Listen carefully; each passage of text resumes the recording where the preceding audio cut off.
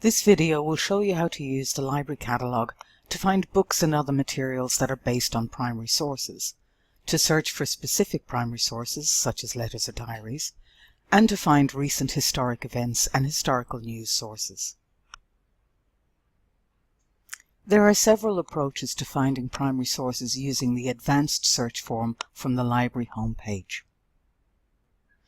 If you already have an historical event you want to research, such as the First World War, put your keywords for the event on one line of your search, joining any similar terms or related terms using OR.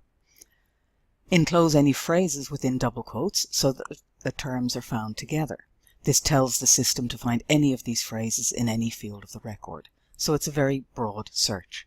On the next line, which is joined using AND, change the search field to Subject, and put the word sources on this line. Because I've used the term sources in the subject field, when I run the search, it will now identify materials that are based on historical documents and other primary sources about the First World War. Let's see how this looks. We're getting the broadest set of results from this search because we're searching for our key terms in any field. The top 25 results are very relevant and include a variety of source types that discuss different aspects of the First World War. This item, World War I Collections, identifies the source material as aerial photography, which is found in the Other title field and in the summary fields. The term sources is also found in the genre field, which is what identifies the book as being based on primary sources. Other useful information is found in the notes field, which tells us which source collections were used. And the subject field also gives us other useful headings that we can check for material on this period. When we look at the record for the Soldiers' Press, trench journals in the First World War, the summary tells us it draws from English language periodicals of the time to investigate public communications between those in the trenches and those at the home front of the war. Our clue to its use of source material is found in the summary and in the subject field, which identifies soldiers' writings as the type of source used.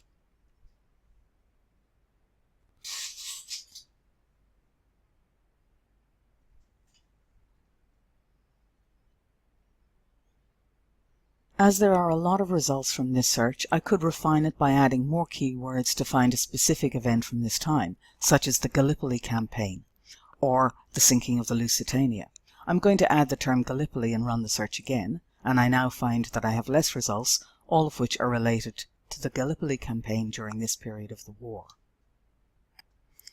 I can also drill down in my original results by selecting a record such as this one, World War I, the Essential Reference Guide, and then right-click on the subject term World War 1914 to 1918 Sources to open a new list for this subject heading that are based on primary source documents.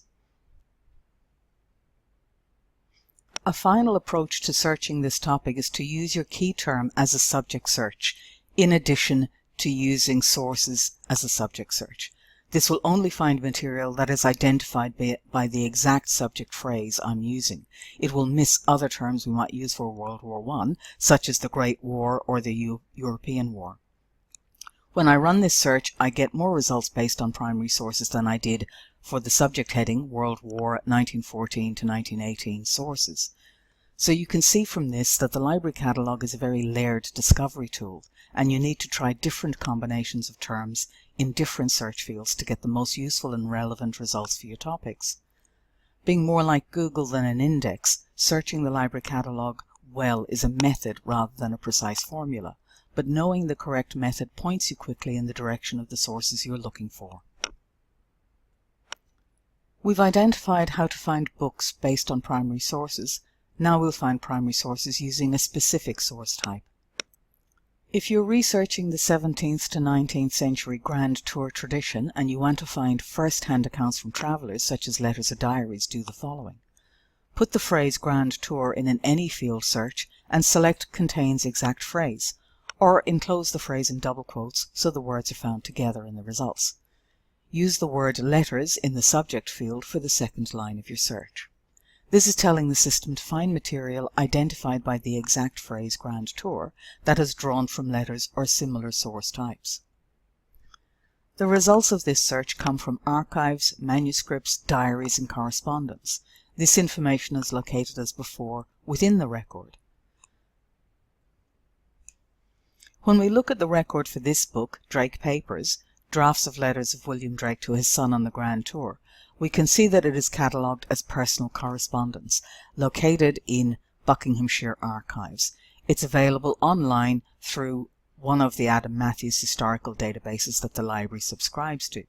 As before, you can right-click on any of the subject terms to see a new list of material that has been categorized using the exact phrase. In this case, let's have a look at Grand Tours Education, History 18th Century, and you can see a different list of results. Note that the phrase Grand Tour is also commonly used to denote an inspection of a building or exhibition, so some of the results you might get in your searches could be irrelevant. It's always best to try different combinations of terms in different fields to surface the most relevant resources for your topics. Another approach to this search for Grand Tour material is to use the exact phrase Grand Tour in any field and the term sources as a subject field search. Note this will find less results than our previous search, but it is bringing to the top a database dedicated to British travel in Europe from 1550 to 1850, and that's in our Adam Matthews historical collection.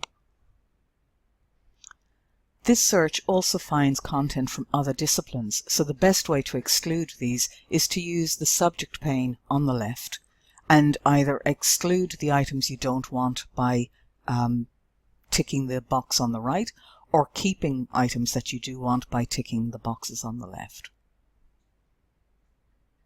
This example has used letters as the type of primary material to find, but you can use this same method for any other type of primary source, such as interviews, sketches, oral testimony, speeches, archival records, memoirs, photographs, and more. Our final example shows how to find recent historical events and historical news sources in the Library Catalogue.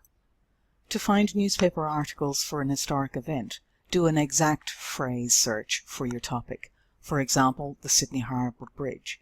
Then use the filters on the left to refine your results. Under the Content menu, select Newspaper Articles. Change the date range from 1911 to 1932 and apply these filters.